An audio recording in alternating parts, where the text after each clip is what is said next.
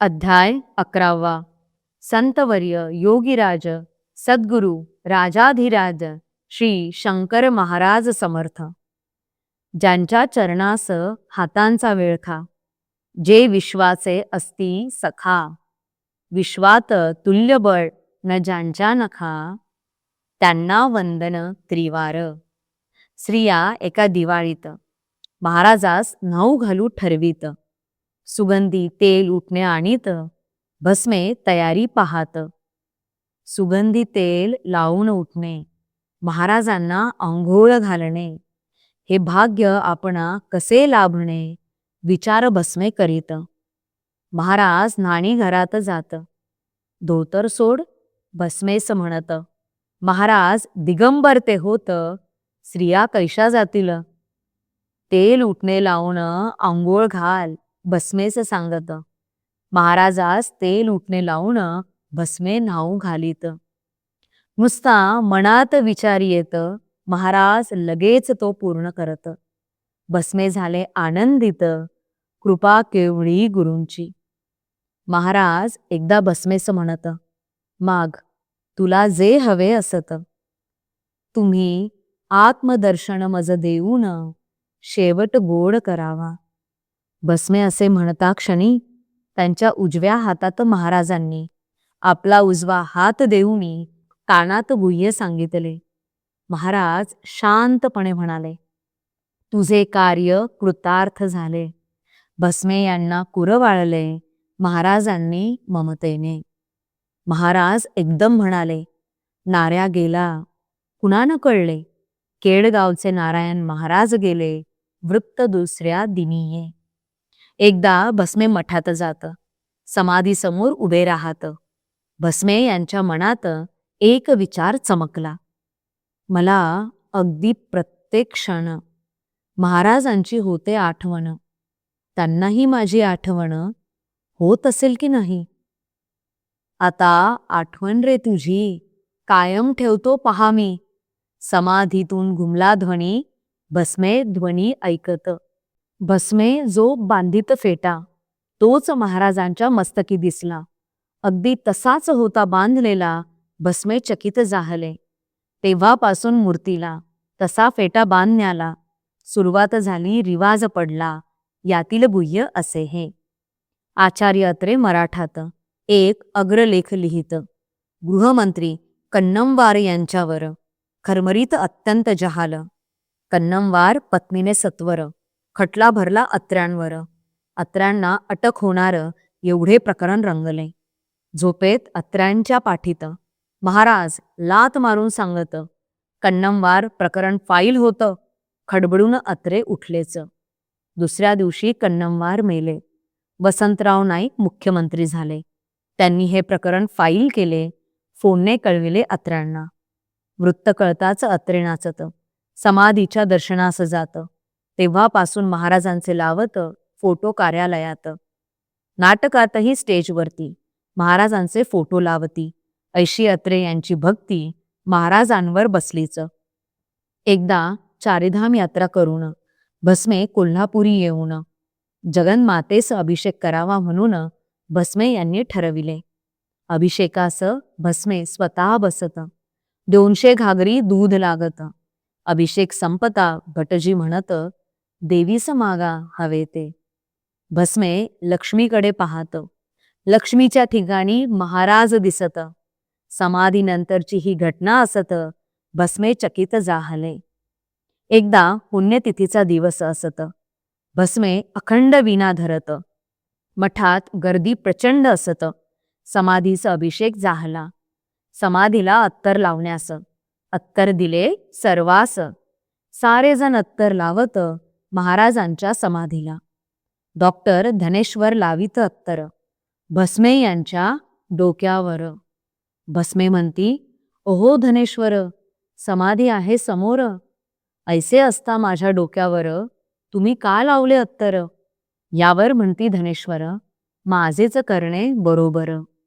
सन 1946. श्री क्षेत्र तुळजापूर. तुळजाभवानी समोर अश्विन शुद्ध अष्टमी. या दिवशी महाराजांनी तुझ्या मस्तकावरती पादुका दिल्या आहेत म्हणून त्यांना अत्तर लावतो.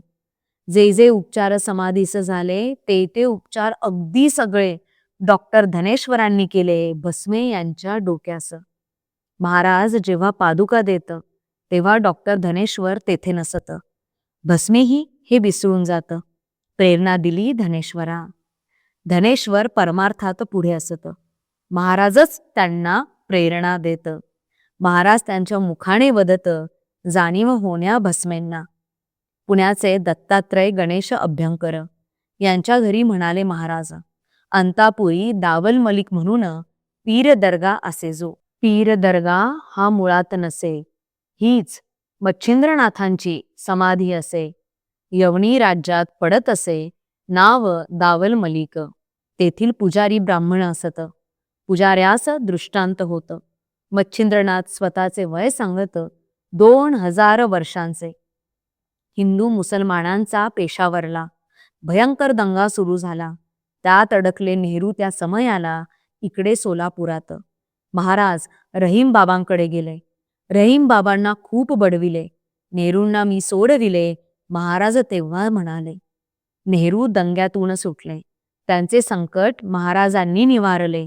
त्यामुळेच नेहरू वाचले तेव्हा कळले लोकास. बॅरिस्टर मेहेंदळेंच्या घरात महाराज एकदा झोपत. अगदी प्रेतासारखे पडत. घाबरून गेले सर्वही. पुढील व्यवस्था करावी म्हणून या विचारात गुंगून चौथ्या दिवशी आपण होऊन बसले महाराज उठून. महाराज म्हणाले सर्वा, सोलापूरचे जनार्दन बुवा गेले त्यांची व्यवस्था करण्या, गेलो होतो मी पहा.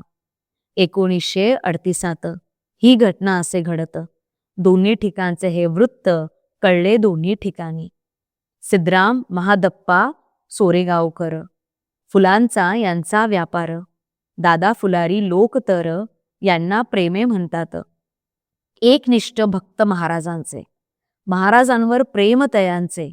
त्यांना महाराज म्हणाले, काय पाहिजे मागते. महाराज मज म्हणा आपले. दादा फुलारी यांना मागितले. मागण्यात केवढे कौशल्य भले स्पष्ट येते दिसून. महाराजांचा तीव्र संचार होत. दादा फुलारींच्या अंगात अगदी महाराजांसारखे दिसत संचारात फुलारी. व्याघ्रमुखी होऊन व्याघ्र ध्वनी काढून संचारात जातात रंगून दादा फुलारी या परी. कसलीच आशा मला नसत. महाराज कृपे सर्व घडत, म्हणून अनुभव मला न येत वदती दादा फुलारी. रामभाऊ कोराड मास्तर. निस्सिम प्रेम महाराजांवर. स्तनपान करून वर आई म्हणत महाराज. महाराज नेहमी सांगत, प्रत्यक्ष राम समोर असत. त्यांच्या चरणांवर सतत नजर माझी असेच. नेहमी महाराज आपली मान खालीच का करतात बसून. महाराजांच्या उद्गारावरून गुह्य याचे उकलले. वीरासन घालून महाराज बसत. बसत असे जैसा हनुमंत. रामासमोर महाराज बसत हनुमंताच्या रूपाने. महाराज जेव्हा समाधी घेत तेव्हा हनुमंत बनत. प्रत्यक्ष सर्व हे अवलोकत हनुमंत संगती अशीही. महाराज एकदा म्हणाले, लोक गर्दी करू लागले म्हणून दारू पिणे मी सुरू केले. गर्दी तेव्हा थांबली. अफू गांजा भांग मटण दारू सिगारेट तंबाखू पान नुसते बुजगावणे हे देखून नकली लोक फिरकतना. महाराज म्हणाले मधुबुवाला, मे महिन्यात पुरुषोत्तम बुवाला पाठवून देई पुण्याला. समाधी घेणार आहे मी. महाराज बोलून निघून गेले. मधुबुवा मोठ्याने रडू लागले. रडून रडून बेशुद्ध पडले. उपाय करून शुद्धी नाहीये. महाराजांना आणले. मधुबुवा शुद्धीवरती आले. महाराज मधुबुवांना घेऊन बसले. एकाच ताटात जेवण्या. महाराज मधुबुवांना म्हणत, मी गेलो जरी मसनात तरीही मी तुझ्या जवळ असत. खात्री मनी असू दे. सोलापुरी पारशी लोकास जनार्दन बुवा गाणे शिकवण्यास जात तेथे महाराज येत अंडी आणण्यास सांगितले. प्रत्येकाच्या हातावरती महाराज अंडे ठेवती. त्यावर दूध घालण्यास सांगती. जनार्दन बुवास महाराज हळदी कुंकू वाहण्यास सांगत. हीच पार्थिव पूजा असत. तेव्हापासून पारशी लोकात पार्थिव पूजा चालली. बालगंधर्व आजारी पडले. 103 टेम्परेचर आले. नाटक तर जाहीर झाले. महाराज आले पुण्याहून. नाटक कैसे होणार? काळजीत पडले सारे फार. महाराज म्हणाले, म्हणून तर पुण्याहून आलो मी इथे. डॉक्टर तपासण्यास येत. महाराज त्याला सवाल करत, कुणी तुला डॉक्टर केले असत? काय कळते तुला रे? अंतरनाड्या तपासणारा मी बाप आहे डॉक्टरांचा. सोडा वॉटर बाटली आणा, सिगारेट आणा म्हणाले. सोडा वॉटरच्या बाटलीत महाराज सिगारेटची राख टाकत. गंधर्वांना पिण्यास देत. ताप उतरला लगेच.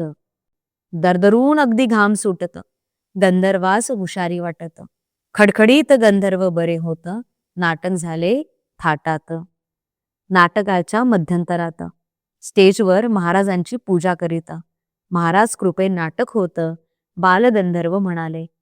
सोलापूर जक्कलमळ्यात स्वामी समर्थांची पुण्यतिथी असत.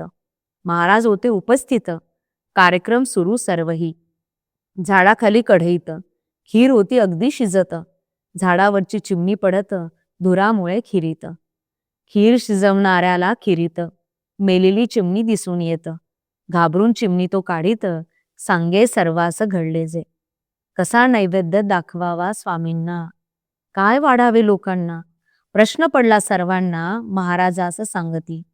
महाराज तेथे येऊनी चिमणी हातात घेऊनी. म्हणती चिमणीस कुरवाळोनी, कुठे कशी पडली ही? तोच महाराजांच्या हातून चिमणी गेली लगेच उडून. अडचण आता काय म्हणून? महाराज सर्वा विचारती. थक्क होऊन सारे पाहत. कार्यक्रम झाला थाटात. 1946 घटना असे घडली ही. जमवा वीत मानसे 100 मजना वाटे. महाराज म्हणत, एक जरी मज जवळ येत, उद्धार त्याचा करीन मी. मंदिर बांधले सुंदर, मोहक अगदी कलाकुसर. मूर्तीच नसेल आत जर, बाजार बुणगे ऐसे हे. केशवभाई आशर असता. व्यापार त्यांचा मुंबईत. महाराज त्यांच्या घरी जात. आशर यांना सांगत, सासवड शुगर फॅक्टरीस अर्ज कर मॅनेजर होण्यास. आशर तसा अर्ज करीत. नेमणूक झाली लगेच. आशरांना मोठे आश्चर्य वाटत. ते महाराजांची पूजा करत. पुढे जनरल मॅनेजर होत. महाराज प्रभाव असा हा. दत्ता मिस्त्री शुगर फॅक्टरीत. रात्री त्याची आई मरत. घरात रडारड चालत. महाराजांना निवेदिले. महाराज सर्वांना सांगत, म्हातारीस सोडवून मी आणीन. सकाळी तेथे महाराज जात. उठून बसली म्हातारी. महाराज म्हणाले म्हातारीस, काल कुठे गेली होतीस? म्हातारी सांगे सर्वास, उग्र पुरुष मी पाहिला. आला रेड्यावर बसून, ओढिले मज पाश टाकून. वरती गेला मज घेऊन, एक हनुमान तेथे ये. त्याने त्या पुरुषास बडवून, मला आणले सोडवून. लोकास कळले कोण हनुमान. आश्चर्य केवढे घडविले. महाराज सांगत रांगोळीचे. घरात स्वस्तिक काढावे. त्यावर हळदी कुंकू वाहावे. त्यावर पाट ठेवावा. जसा आपल्या घरात अखंड नंदादीप असतो तेवत, तसे हे स्वस्तिक सुशोभित आपल्या घरात असावे. प्रधान नोकरीस दिल्लीत. अचानक त्यांना तार येत. थोरले बंधू अत्यवस्थ असत. तत्काळ यावे मुंबईला. विनायक थोरला बंधू असत. एक बंधू डॉक्टर प्रख्यात, निष्णात डॉक्टर सारे जमत. आशा सोडली सर्वांनी. विनायक म्हणाले प्रधानांना, तू आणशील का महाराजांना? कोणीही मज महाराजांविना वाचू शकणार नाहीच. प्रयत्न करतो प्रधान म्हणत. महाराजांचा तर पत्ताच नसत. प्रधान खोलीत ध्यानस्थ बसत. महाराजांना आळविती. अगदी आर्त स्वरात प्रधान महाराजांना सांगत, कठीण वेळ यावे धावत. जेथे असाल तेथून भाऊ मृत्यूच्या दाढेत. डॉक्टर सारे हात टेकत. तुम्हीच त्याला वाचवू शकत. प्रार्थना केली भक्तीने. प्रधानांच्या कानात महाराजांचा ध्वनी प्रकटत. काळजी करू नको, मी असे येत. सर्व ठीक होईल. महाराज तत्काळ तेथे आले. विनायकाच्या खोलीत गेले. विनायकाचे डोके थोपटले, हात कपाळी ठेवले. तू बराच झालास आता, कसलीही करू नकोस चिंता. आनंद विनायका झाला पुरता महाराज सन्निध्य बैसले. विनायकास झोप लागत. महाराज खोली बाहेर निघत. तोच डॉक्टरांचा ताफा येत विनायकास तपासण्या. महाराज डॉक्टरांना सांगत, विनायकास झोप लागत. आपोआप जागी येईपर्यंत उठवू नका कुणी त्याला. 2 तास निघून गेले. विनायकाने डोळे उघडले. महाराजांनीच मला वाचविले दाढेतून मृत्यूच्या. विनायक सांगू लागला, माझा पुनर्जन्म घडवून आणला. शरीरातून जाणाऱ्या प्राणाला महाराजांनी आणले. ते अतिमानव महापुरुष थोर नव्हते तर प्रत्यक्ष परमेश्वर. शब्दाने त्यांचे उपकार व्यक्त करणे शक्य ना. डॉक्टरांचा कंपू आला. तो विनायकास तपासू लागला. डॉक्टर कंपू चकित झाला खडखडीत तब्येत पाहून. महाराजास एका संस्थानिकांनी भ्रष्ट करण्यास वेश्यांकडून दारू पाजविली. परिता सर्वजणी भक्त बनल्या पहा की. महाराज घटकेत लहान होत, मोठेही होत क्षणात. कधी कधी पुरुष बनत. चमत्कार त्यांचा असा हा. दुसऱ्या महायुद्धात जपानवर बॉम्ब पडणार असत ऐसे महाराज सांगत 3 वर्षे आधीच. महाराजांच्या सुदिव्य चरणी साष्टांग वंदन भावे करुणी 11वा अध्याय या ठिकाणी पूर्ण झाला असेच. संतवर्य योगीराज सद्गुरु राजाधिराज श्री शंकर महाराज की जय. ओम नमः शिवाय. ओम नमः शिवाय. ओम नमः शिवाय.